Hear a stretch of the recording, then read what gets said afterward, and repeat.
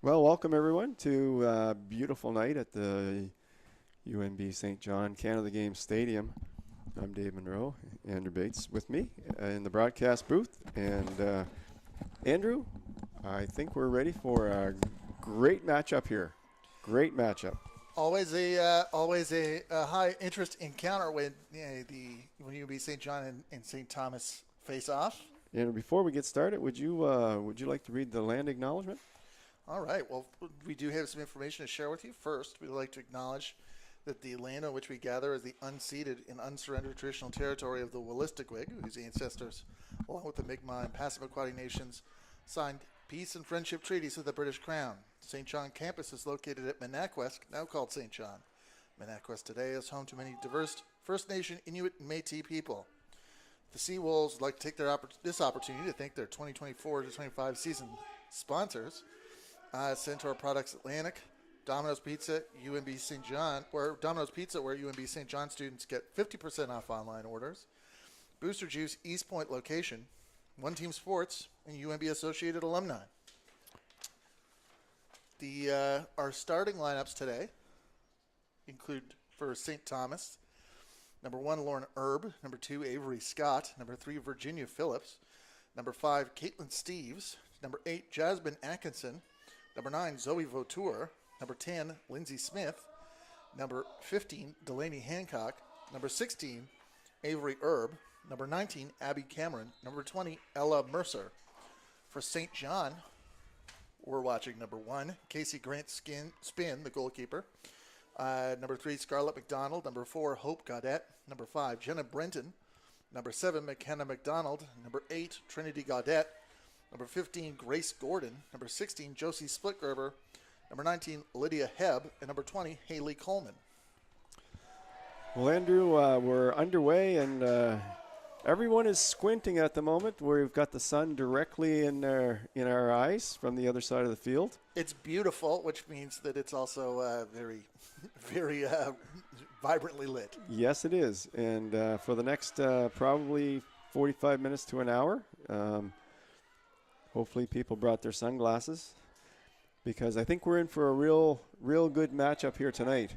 We have St. Thomas is on the attack, but the play is blown down. Zoe Vautour had the ball out to Lindsay Smith.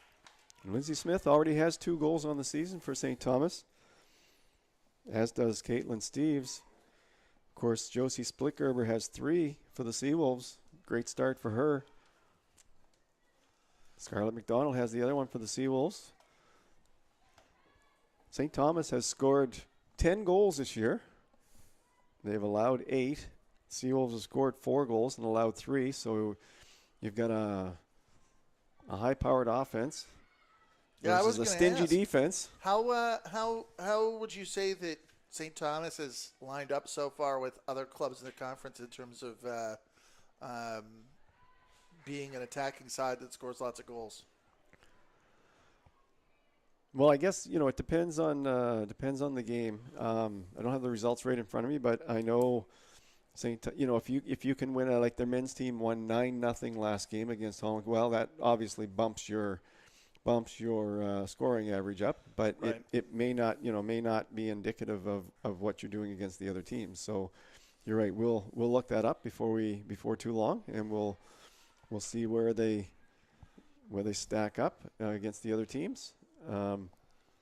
Both teams are 1-1-2. They've won 1, they've lost 1, and they've tied 2.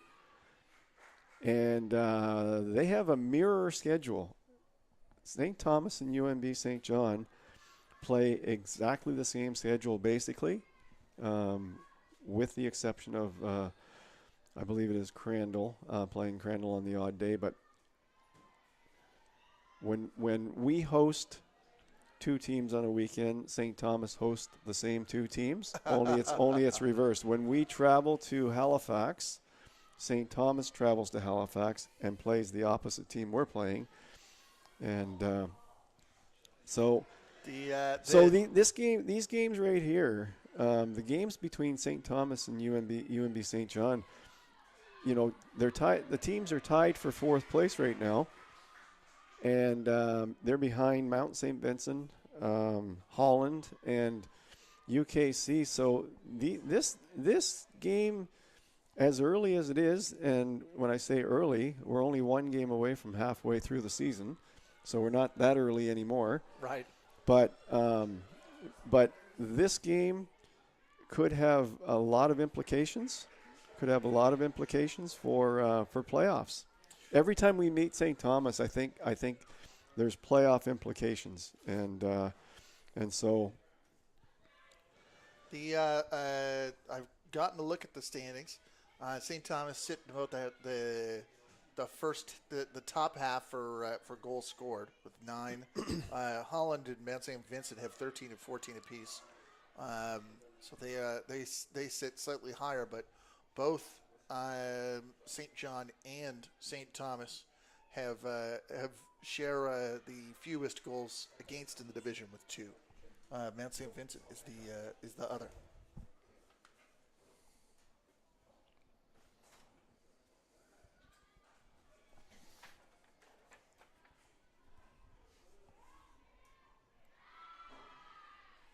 We saw.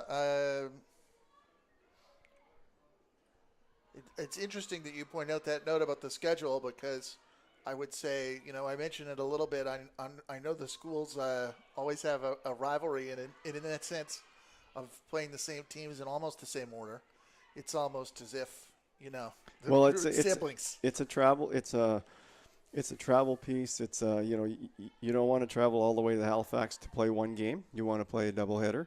Yeah. And so it works out. It works out well. Oh, we've got a bit of a breakaway here. Just wide from number 9, Zoe Vautour. Casey Grant spin out, playing her aggressive style as usual. She's been really good for the Seawolves, no doubt about it.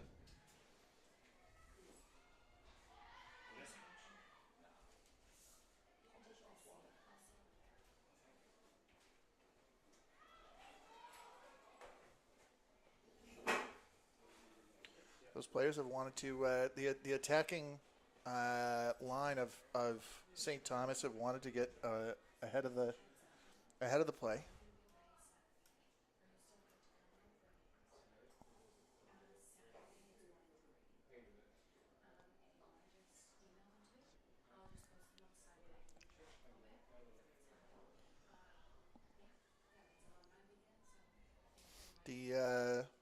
I was going to ask you. I didn't get a chance to watch the exhibition match that these two teams played on August 29th, where the Seawolves came away 3-1. How would you say the teams have separated since moved on since then? Yeah, I mean it's hard to say. I mean they have matching records in the ACAA, so far against the same teams. So we have to anticipate that this game would be close. Sometimes a team matches up better against one team than another. So we're going to find out. But St. Thomas certainly have been pushing forward here. But the Seawolves, as mentioned earlier, have a stingy defense. They've only allowed 3 goals in 4 games. So they're not going to give up very many goals. And if they are, you're going to earn it because Grant Spin has been outstanding this year, in my opinion. I'm not sure what your thoughts are on that, but I think she's been playing great in net for the Seawolves. So I was looking at the ACAA website, acaa.ca, and a goals against column. It's a 2 piece, but we've got 4 goals against for the Seawolves in 4 matches this season, and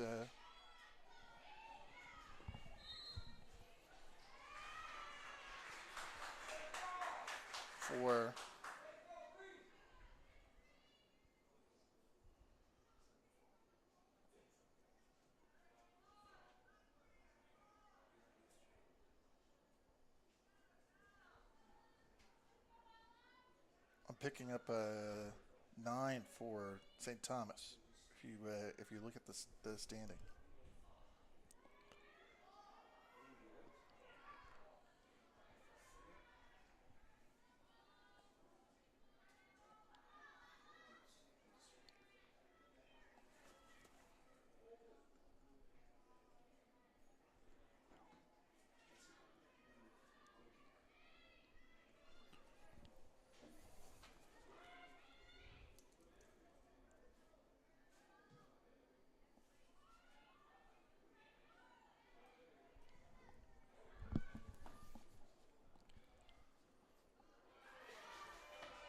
St. Thomas has the ball moving through the midfield.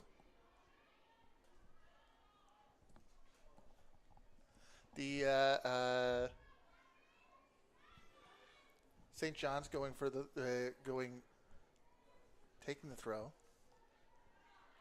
How have you felt that as you noted, Josie Splitgerber has 4 goals on the season, and we have other secondary scoring for St. John. How have you felt that they have evolved so far this season in terms of developing that threat and spreading it throughout the line?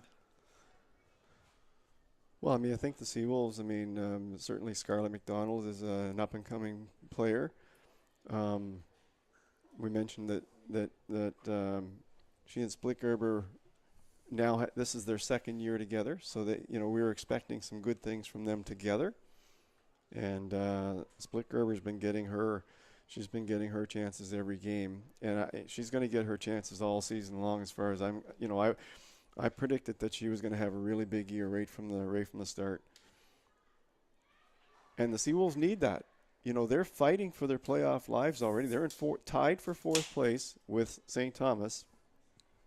A Seawolves win today would really go a long ways to pushing them forward into the playoffs. Because once you're behind a team, because it would be a 3-point swing. St. Thomas, they would lose the opportunity for those. That would be a 6-point swing. Right. In a way, they'd be losing the opportunity for 3 points. The Seawolves would be getting those 3 points. When there's only so many games in the season, and you're competing against a team for playoff positioning, you really do look at like what every individual match in terms of what could you get out of this match? What did you get out of the match? When there's only 12 games in the season, every game's a playoff game, as far as I'm concerned. You look at the UKC men's team. They've tied 4 games. They've tied all 4 games they've played this year, and they need to put some wins on the board if they hope to make the playoffs. UNBSJ men tied 7 games one year and only lost 3. Ball comes out to number 15, Delaney Hancock, but that's saved by Grant Spin. Yeah, she didn't quite get. She got something on that shot, but not quite what she was looking for. Of course, Coleman for the Seawolves. We've mentioned her name a lot. Haley Coleman. She's in my opinion, she's one of the best fullbacks in the league. She is really difficult to go around. And she's got the speed to match the strikers as well. But no doubt the Tommies have been pushing up here in the first half. They've been asserting themselves. All of St. John's games have been tight this year. I was looking at the last weekend, the away weekend that St. Thomas would have had, however, on the 14th and 15th, losing 5-4 at Dal AC and then winning 3-2 at Holland College. What does that, after previously getting 2 1-1 draws to start off the season, what does that tell you about how they're approaching these road games? Well, they may have made some adjustments and said, no, we've got to get on attack here. We've got to get on attack, and because here's the thing. I mean, you look at the 4 ties by Kings right now, just as an example. Okay, yeah. 4 ties is like 1 win and 1 tie in 4 games. Right. That's what it equates to.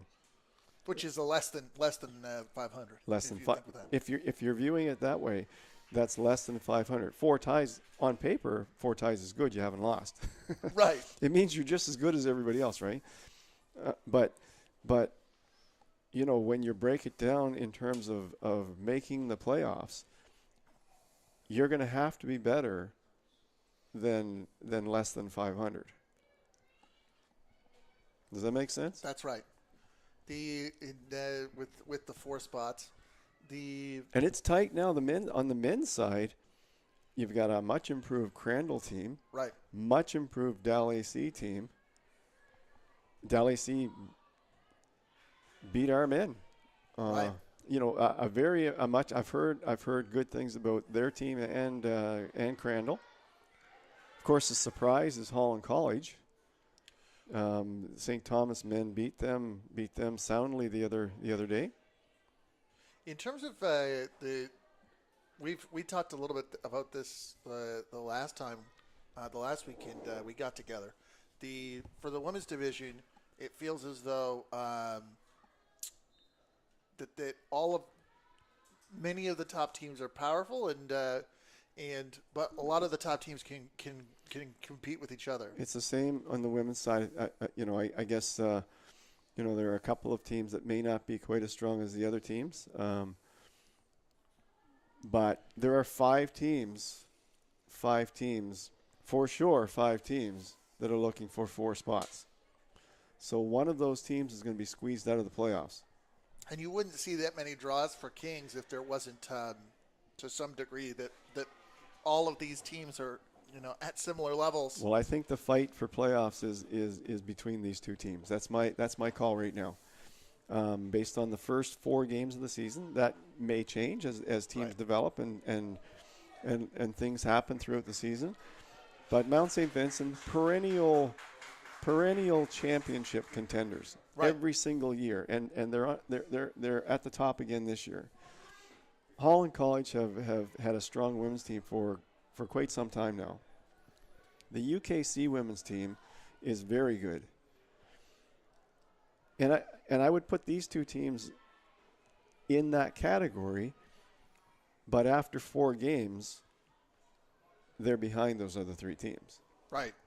So that's why I think, obviously you don't want to put too much on one game. This is one game, but I think the team that wins this game is going to have the upper hand for the rest of the year. And you would really look at it both in terms of, obviously, St. Thomas has been playing open on the road, and St. John is the home team. So you would look at this and say that a team has got to win this game. That a point is not going to help you in your goals. Well, I mean, if the teams are tied, like say we tied the next 2 games, we tied this one and then we tied the next one at St. Thomas, and it came down to these 2 teams in the battle for the playoffs, then it would go to goals differential.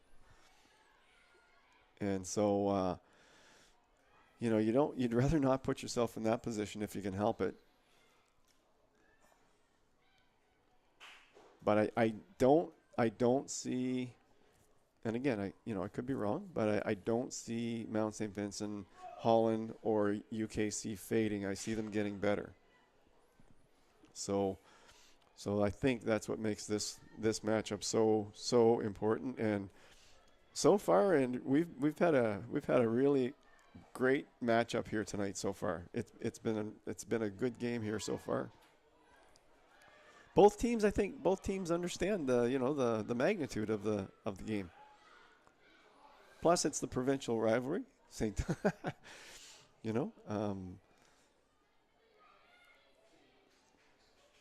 interesting that the games are the reverse fixtures are right next to each other, almost making it like a double-legged tie. Yeah, that's right. Wild card series. Well, and the other piece about this we haven't talked about is these teams have only lost once this year in 4 games. Each of them have only lost once. Right. So they're 2 good teams, right? And so I'm not saying one or both of them aren't going to leapfrog above UKC or Holland or Mount St. Vincent as the season goes along. I'm just saying historically, you're not going to leapfrog Mount St. Vincent. So I think Mount St. Vincent are a lock for playoffs right now, unless something catastrophic happens. Holland College have had very strong teams the last few years, and UKC are certainly a strong team. So I'm not sure that leapfrogging is going to happen. So one of these teams has to take care of business first tonight. That's right. I think that's when you lay out that situation, the magnitude of any one win in terms of holding, being in a positive position and being able to close the game out, or being able to make a comeback and get the 3 points. Any one win has a massive impact on the end of season. Here's the situations. thing. Here's the thing. A win is worth 3 points. A tie is only worth 1. And that's huge. Like I mentioned with the UKC men, when you break it down, they've got the equivalent of a win and a tie in 4 games. And so 1 win is equal to 3 ties. That ball is that ball goes forward for St. John, but the defense is able to walk it out. It goes all the way for a throw-in. 1 win's equal to 3 ties. And I believe in the – I'll have to check that for next time, but I believe that wins counts at some point in the tie-breaking. Right. Coleman throws that in. There was a header back from Scarlett McDonald, but there's a foul on the play. So if you have 4 wins and I have 8 ties, and it comes down to the tie-breaking procedure, I think at some point goals or points, wins counts. So if I had 4 wins and 4 losses, and you had 8 ties, no losses. Let's see what the thing. I may beat. Well, Andrew, after all that talking and debating, we're 21 minutes in to this game. The throw-in comes from Hancock, and it goes back out. Always fun to talk about matchups and potential. But regardless, there's no score here. I don't think the Seawolves, Andrew, I correct me if I'm wrong, but I don't think the Seawolves have had a real shot on net yet. No. They've had some possession, and the ball's gone forward into the St. Thomas final third, but I would tend to agree. And was it Vautour that had the pretty good chance for St. Thomas, number 9? Yeah, that's right. There was another. I mean, she got credit to her. Haley Coleman was running her down, but she still got the shot off and forced Grant Spin to make a save. I want to say both her and Lindsay Smith have a shot. Vautour and Smith, I think, both have shots for St. Thomas. Based on my recollection. We also have a substitute waiting by the 4th officials. Yes, we Belfry. do. Yes, we do. Yeah, taking some space there on the wing, but shut down. Again, it's just so clear. Both these teams are so good. Yeah, Avery Erb came across to shut that down.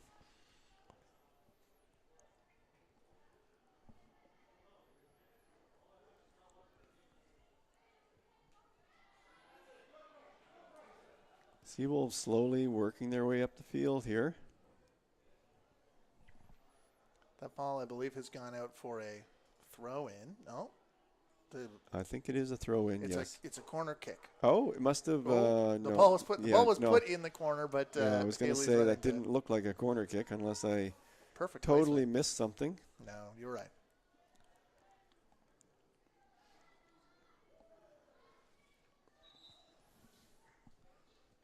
The sun is slowly settling. Looks like we're having our substitution in the 24th. That's 17 coming in, 9 going out. So St. Thomas University substitution in the 24th minute. Leaving the game number 9, Zoe Vautour. Entering the game number 17, J.C. Peck. Okay, so Peck's in the lineup. Seawolves exerting a little bit of pressure here now.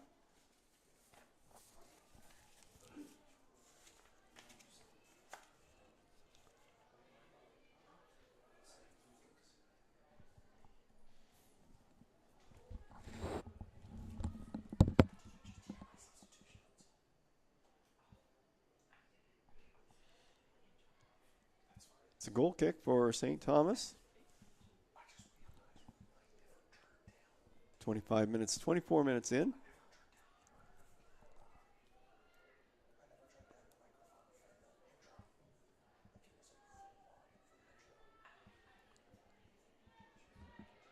Seawolves on attack again. Splitberger's been quiet early in the game, but she only needs, as mentioned the last couple of games, she only needs 1 or 2 chances.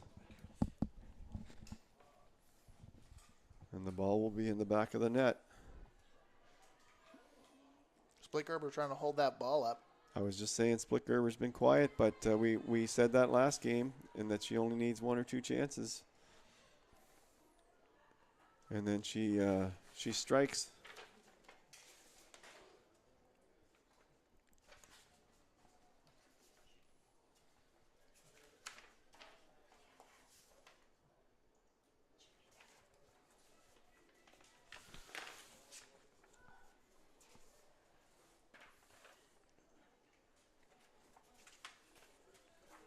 And that's a pass out.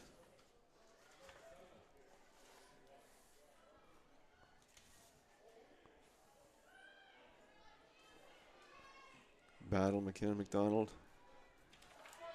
Soccer fans, we want to give a big congratulations to your Booster Juice Female Athlete of the Week, number 19, Lydia Hebb.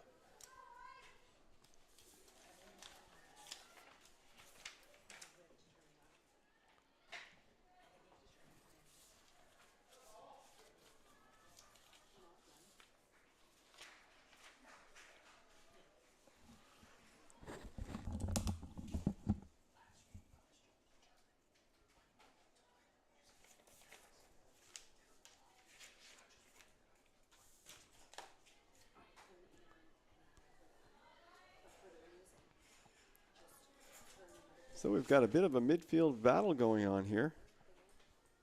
Not much room out there. Both teams marking tight.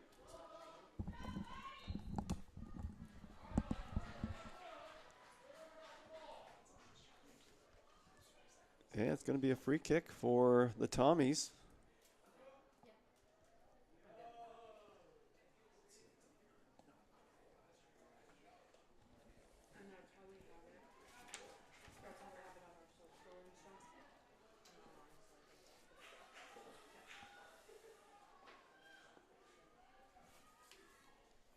Ellie Mercer looks like the designated kicker for the Tommies. She sent a nice one into the box, up by the 18-yard box or close to it.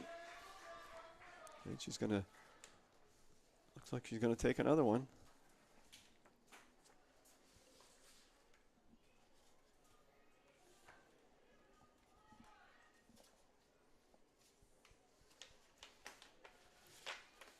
And that one as well sent into the top of the 18. And Grant Spin is out to get it. Grant Spin is, I find her really alert back there. Always ready to pounce on the ball. She's aggressive. Right. She doesn't let the play come to her. She goes to the play.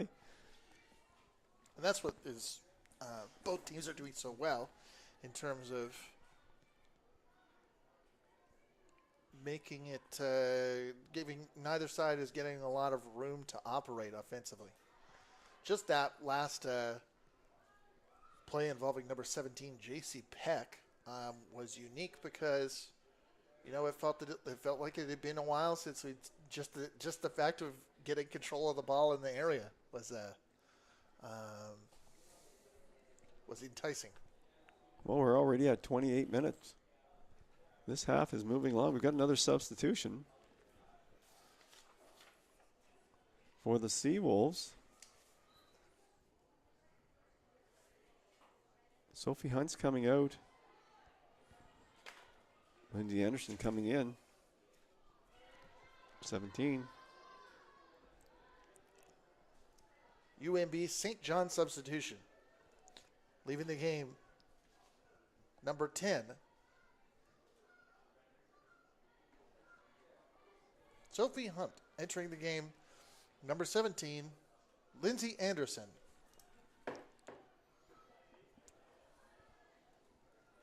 So both teams have made one sub so far.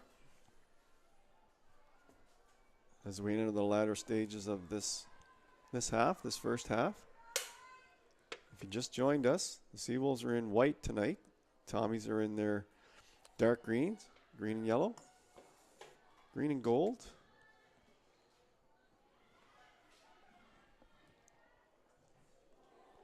And another tough one. McKenna McDonald took a hard shot there. Got right back up, so Haley Coleman continues her role as the throw-in. Oh, there's a dangerous ball. Splickgerber had sort of the edge of her toe on that, but the goalkeeper, Lauren Erb, was able to collect.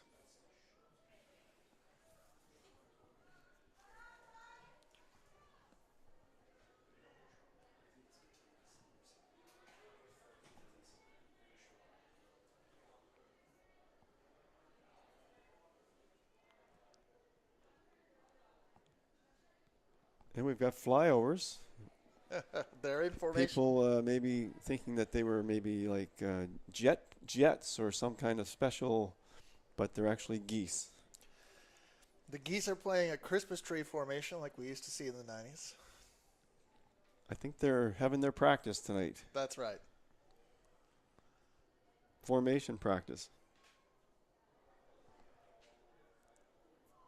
Well, there are some teams that could pay attention to the way the geese practice. That's right. Well, great communication.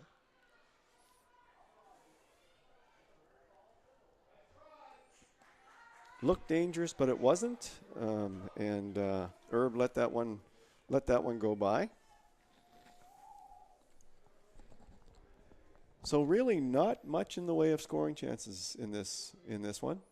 Like I said, that one from Vautour was from quite a ways out and an easy pickup for Grant Spin. I think that's the only one that's really even been on net.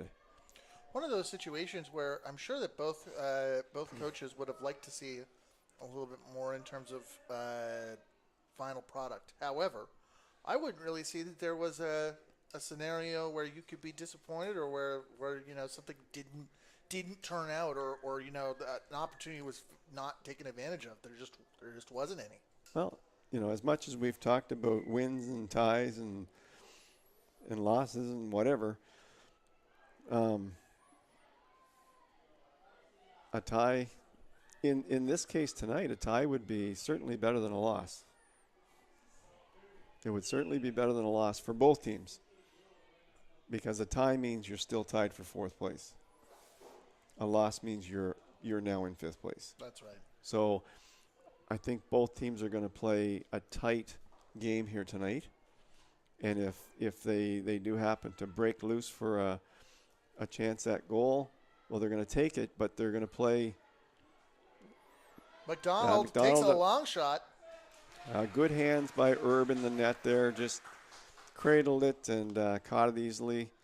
Good for McDonald taking that shot. She made a move through the middle and took the shot. You can't score unless you have shots on goal. That's right. And I think that sort of answers a little of what we were talking about, where it's like, well, if you can't get final third possession, just take your shot outside the final third. Well,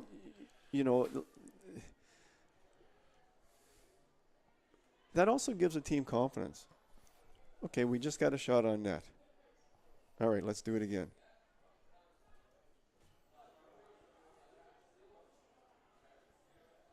But St. Thomas defense are looking every bit as good as the Seawolves defense. Not a lot to choose between these teams. I guess that's why they're tied in the standings. We were anticipating a close game. Yeah. And we're getting one. There's still lots of time in the match too. I have a feeling, and that's I think a great example of it, that once a gap in the armor is found, or one team is forced to start chasing the game or whatever, there's going to be there's another gear to get to. It could open up. But for now, we're locked at zeros. No score here at the Canada Game Stadium, the beautiful Canada Game Stadium. couldn't be a better night. Couldn't That's be right. a better evening than this. The conditions are perfect, which is great because it showcases the talent, right? The That's teams right. can play their very best soccer. It showcases their split Gerber. Now they marked her close there. She's receiving special attention here tonight. And Herb out again. As you said, there's never a non-windy day at the stadium, but I see from the corner flags that the flags are waving gentler than normal in the breeze and not necessarily pinned straight back by it. Well, last weekend, or 2 weekends ago, they were howling, With the Wolves. howling with the Wolves. That's right. It's an appropriate name. 35 minutes in, no score. Seawolves and St. Thomas. Both teams came in with 1 win, 1 tie, or 2 ties and 1 loss. And that's not a bad. It's a pretty good way to start the season. You know, one loss in 4 games that's a good start.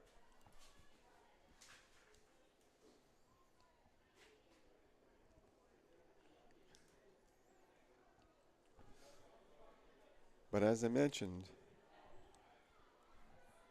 there's 5 teams. That's right. In my opinion, on the women's side, there's 5 teams vying for 4 spots. 5 legitimate playoff teams going for 4 spots. So something has to give before the season's over. And I think for any team that's trying to, get into that position and especially one where the Seawolves are, where you've got some players that you want to put in a position to contribute now, and some players that you're trying to develop, that having that playoff experience is vital. Absolutely. Definitely. Playoffs are a different ball game altogether.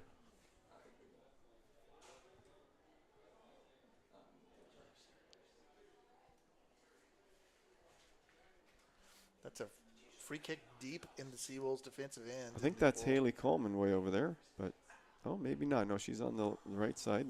Maybe it was Hope or Trinity Gaudette. I think Trinity.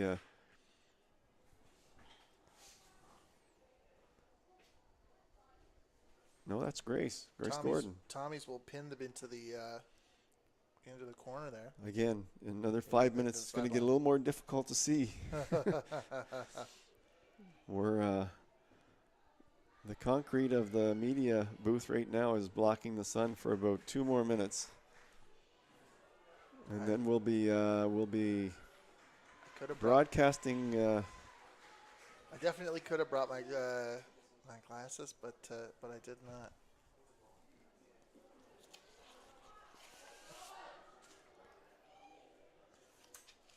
St. Thomas brings the ball forward. Oh! That's. Oh, there was. Wow, that was. Lindsay Smith was able to carry the ball through. Had 3 defenders and the goalkeeper crowding around her. That was an explosive. She exploded through the. She almost got that. That was good speed by Lindsay Smith. You mentioned the sort of bravery on Grant Spin. I don't think there was a foul on that, but I think that the hazard when you're jumping out at an attacking player and the ball is no longer in the vicinity is high. That's a corner kick for the Seawolves. That is a corner kick for the Seawolves. So let's see if they can do something with this. McDonald's going to take it, and she's taking it fast. That's a quick corner right there. That's in. That off the crossbar. It's in. That's in. That came off the crossbar, and it was on the doorstep. We had Lydia Hebb, our athlete of the week, who got the start. I have no idea who scored that goal. UNB St. John Seawolves goal! Scored in the 39th minute by number 19, Lydia Held!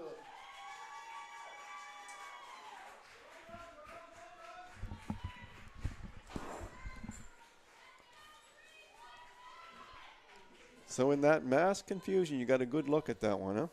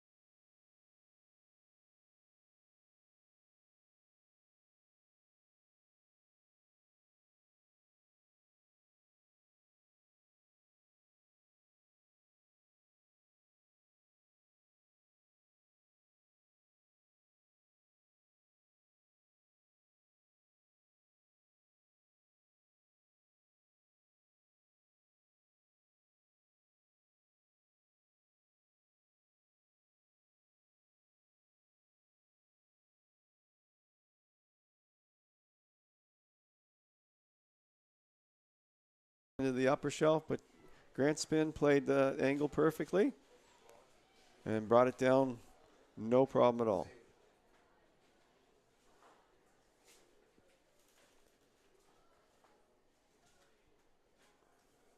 Tommy's trying to generate something before this half is over.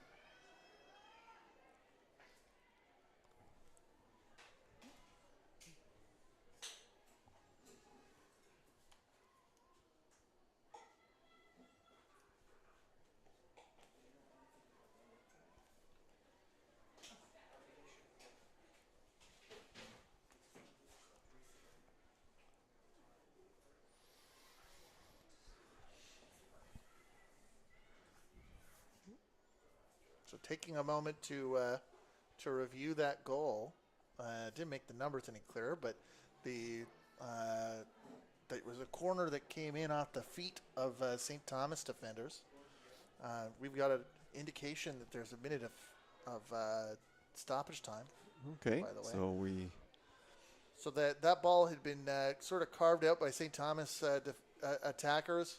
St. John striker runs onto it and pops it onto the takes the shot that you were pretty sure was in right away, and had hit the bar. Hit the bar.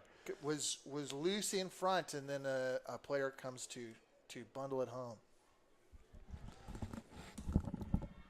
The fourth official has indicated a minimum of 1 minute stoppage time in the first half. Well, we're almost at stoppage time. We're almost at the add-on time. You mentioned on the PA announcement that we're looking at about a minute, you say? That's right. Fourth official has indicated the minute, so the Seawolves have to be pleased with the first half of this game. Yep. No question about it. There's no doubt. I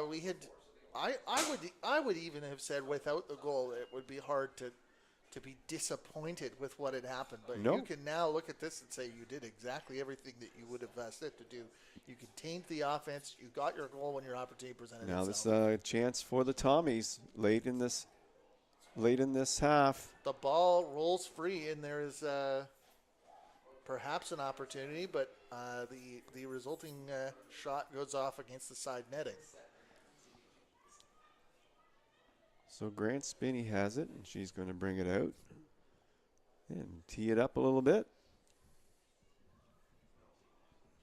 We have entered the added time zone. And she does exactly what she should. Out to the wing, keep it out to the wing, make them bring it back in. St. Thomas is going to try and take one more possession. Well, St. Thomas, to me, looked like they've already started to push up a little bit more. And as the game goes along, that's going to give the Seawolves more. And Splitgerber's going to have a crack at it, but didn't quite get that one.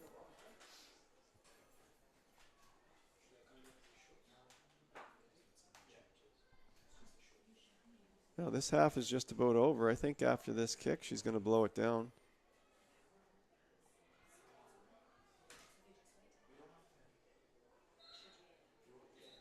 And there it is, Andrew. That was a great first half. Tense rivalry football, and we love to see it. We'll be back to start the second half. And that's the first half. Your score after 45 minutes.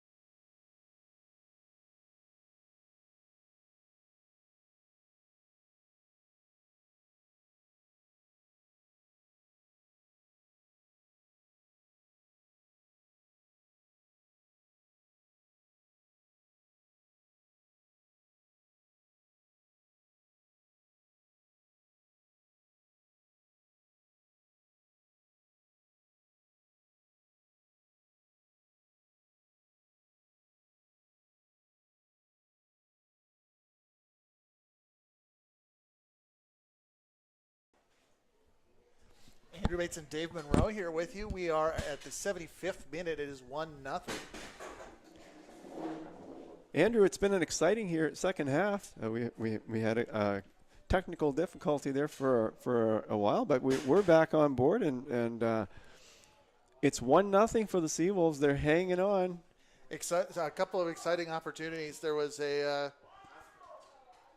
one there that dipped just to the crossbar level from Hope Gaudette.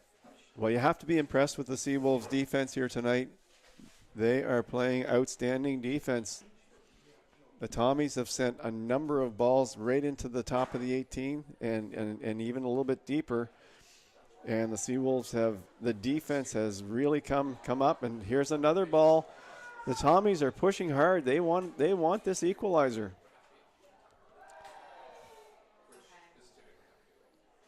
The Tommies want this. They want this game tied, and they're pushing. So for the last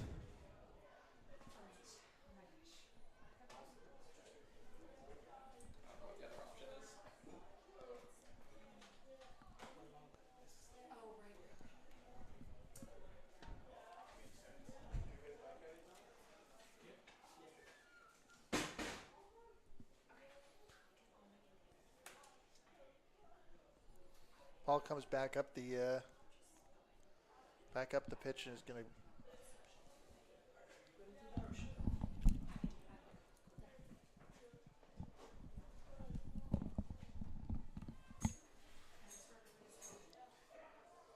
That ball goes just over the crossbar. Did not miss by much. As you're saying, there's the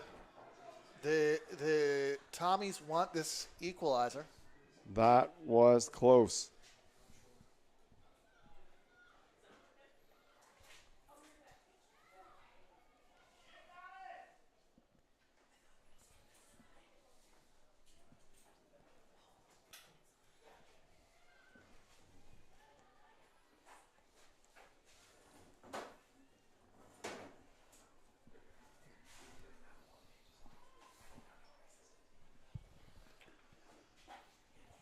Ball goes out at the halfway line. And we're in the 77th minute. Can you believe it? This has been an energetic second half. I think that the game has really, as you noted, because of the push to get that equalizer, the game has opened up. Oh, has it ever? Has it ever? The Tommies are pushing hard here. And there's been some opportunities for the Seawolves in the midst of that.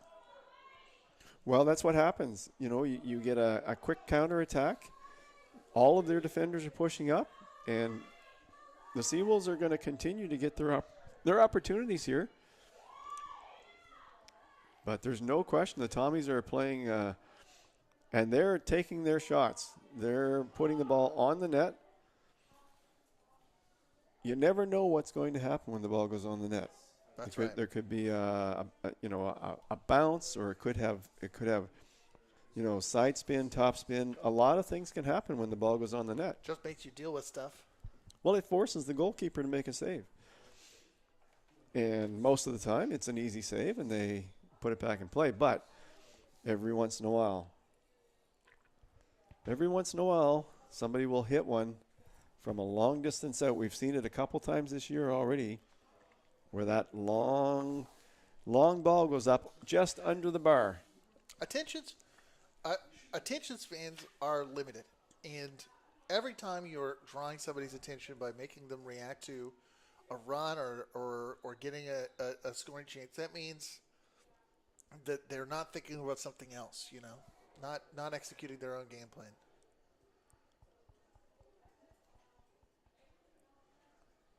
Well, the Seawolves are definitely. Grant Spin has been solid once again in the Seawolves net. Seawolves starting goalie.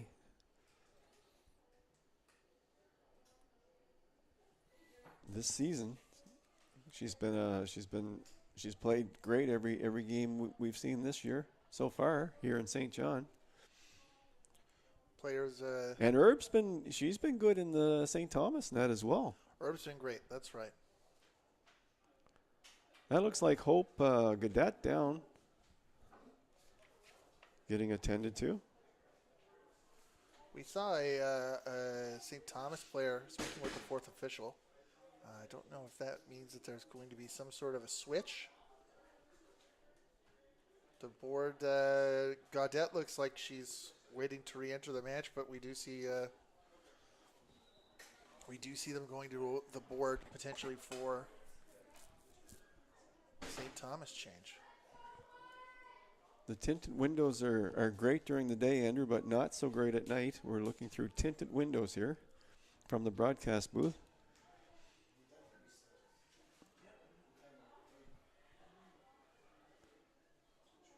And the Tommies, they're only playing 3 at the back now. So looks like the Tommies are now playing a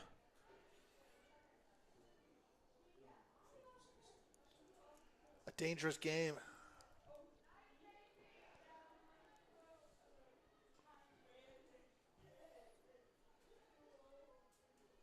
Well, they have at least 4 in the midfield. One other thing I think is interesting. I think that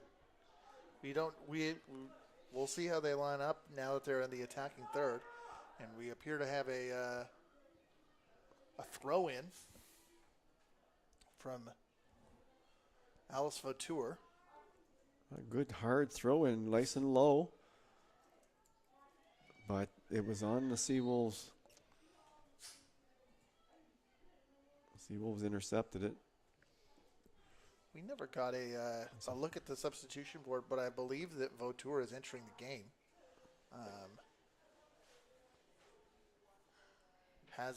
Had just recently entered the game.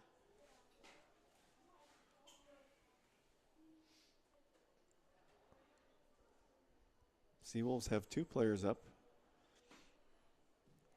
ready to come in and mop up on the last 10 minutes.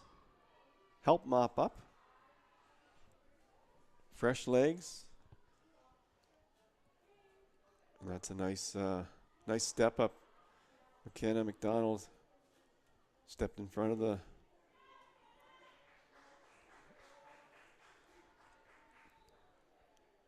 So the Seawolves definitely looking to keep the ball deep now as much as they can. Make the Tommies come all the way down the field every time. We got 3 and 2 coming off. 6 is in, 7 is out.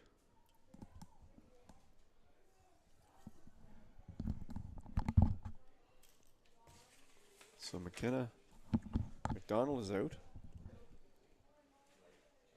I also saw Scarlett McDonald come out. Isabel Malutin's in for the Seawolves.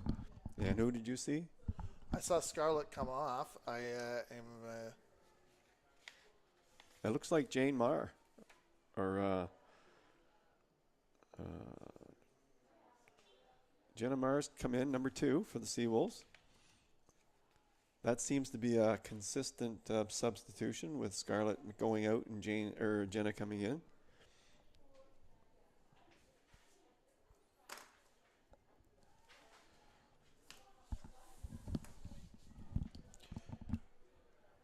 UNB St. John double substitution in the 84th minute. Leaving the game, number 7, McKenna McDonald, and number 3, Scarlett McDonald. Entering the game, number 2, Jenna Marr, and number 6, Isabel Malutin.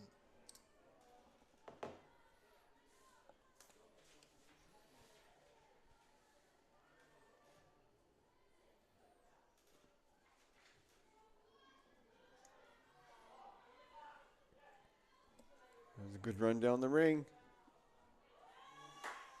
That looks like a corner kick right there. That's a well-earned corner kick.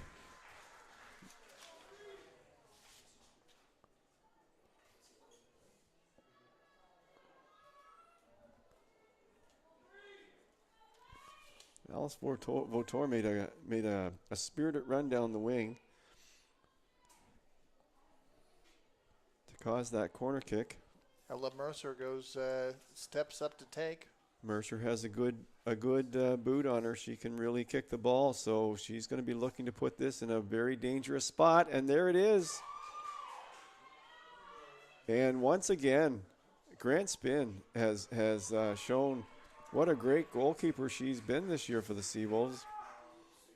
She was on that, cleared it out of danger, and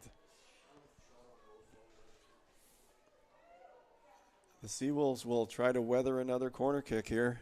A massive performance in this game from Grant Spin. 85 minutes into this game. And that one's over the bar. So that one's, the first one was a great scoring chance. The second one was, unfortunately, kicked out of the field of play. So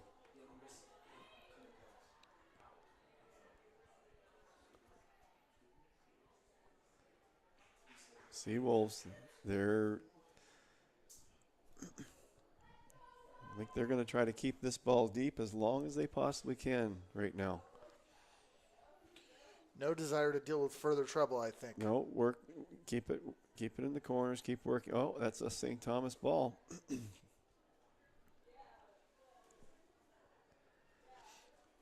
Don't forget to join us for the next game coming up at 8:15. The second game of Tommy's Seawolves doubleheader. That's right. Always fun to watch. Certainly the men's game will be excellent. The Tommies are undefeated at 3-0-1. The Seawolves are 2-1-1, so that promises to be a great matchup. The Tommies bring their high-scoring offense against a good defensive Seawolves team.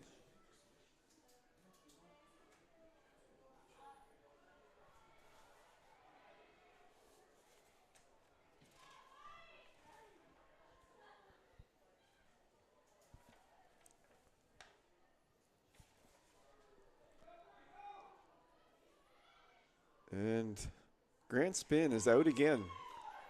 She will not hesitate to go after those balls, and she gets them.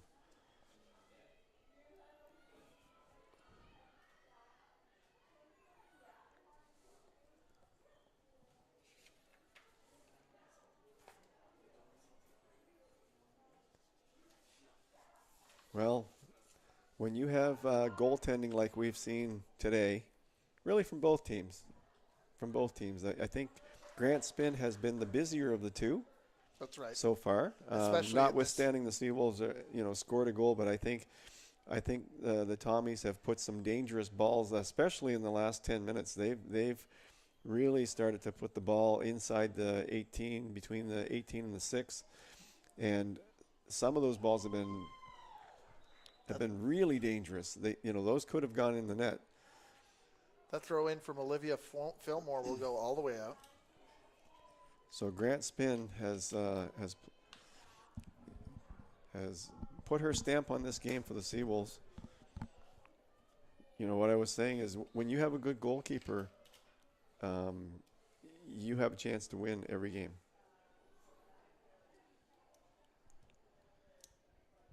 St. Thomas substitution in the 89th minute. Leaving the game, number 17, J.C. Peck. Entering the game, number 12, Katie Davidge. Well, we're approaching the 89th minute, and I don't think there's going to be a lot of injury time. I think you're going to see some. Referee with the long ball to. I don't think the referee was happy that ball came onto the field. I think he was just saying, "Okay, guys, that's enough of that." Realistically, they should be warming up side to side and not in line with the field. So, I think the ref made his point on that one.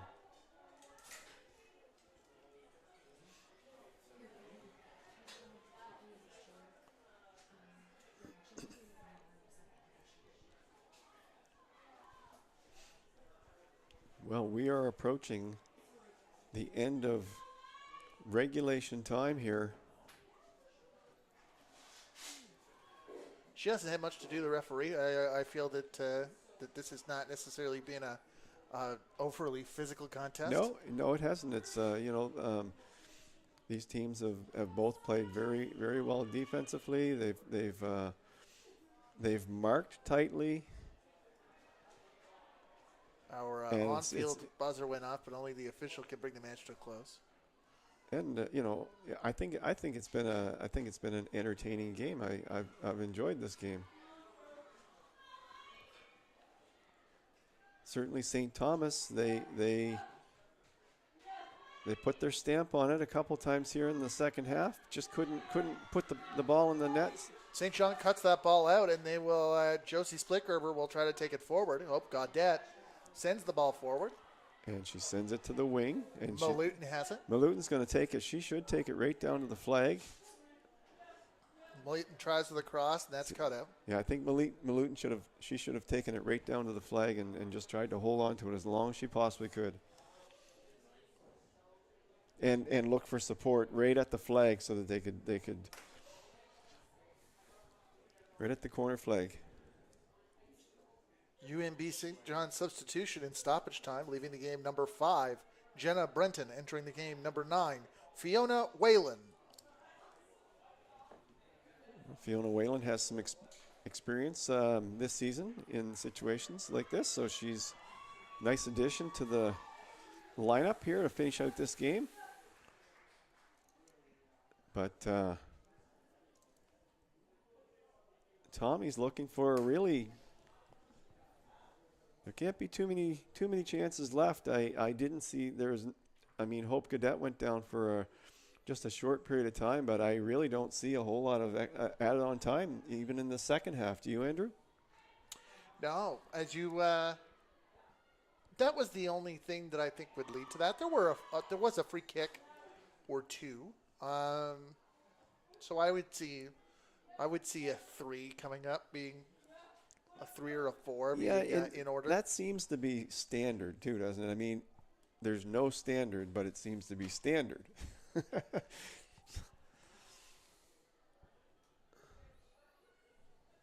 safe estimate, we'll say. Well, let's take a look and see if the referee's going to start looking at the watch. And there it is. He's starting to look at his watch, Andrew. So we are not looking at a whole lot of time here. If the Seawolves if they can get the ball back into the corner somewhere near the corner flag on this play right here, it's going to be over. And it is. And the Seawolves run for their goalkeeper. It's a great finish. 1-0 for the Seawolves. And that's the match. Your final score after 90 minutes. 1-0 for your UNB St. John Seawolves. Now, Seawolves want to take one last moment this game to thank their 24-25 season sponsors. Centaur Products Atlantic, Domino's Pizza, UNB St. John students get 50% off online orders. Booster Juice, East Point location, One Team Sports, UNB Associate Alumni. Thank you for tuning in to the Seawolves ACAA TV broadcast. Stay tuned for an exciting men's match between the Tommies and the Seawolves. Second half of this Wednesday evening doubleheader. And don't forget to follow at UNBSJ Seawolves on Facebook and Instagram, and check out the new website at howwiththewolves.ca. We'll see you soon for the men's game.